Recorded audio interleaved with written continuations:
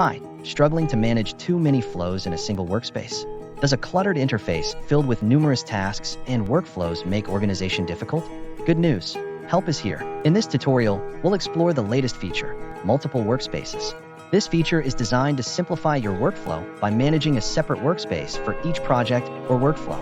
Let's dive in and see how this feature can transform the way you work. Click the Design tab and then select the Graphical Designer option. Click the New Workspace tile to create a new workspace. You can give it a name and a description of your choice. Now you are all set to manage your daily tasks and workflows in this workspace. You can perform the following actions to the existing workspaces: duplicate, export, delete.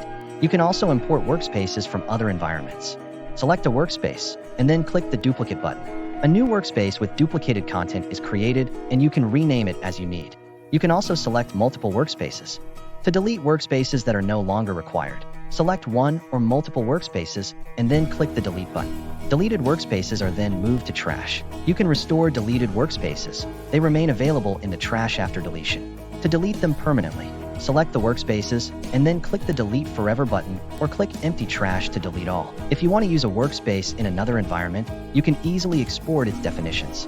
Select the workspace and then click Export.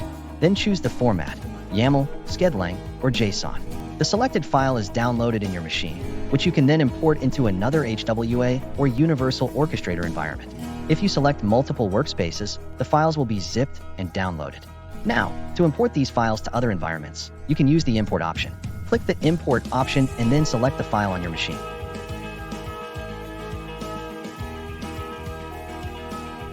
Then click Import. The file with all the item definitions are then added to your HWA environment. Hope you found this tutorial useful. For any queries, contact us.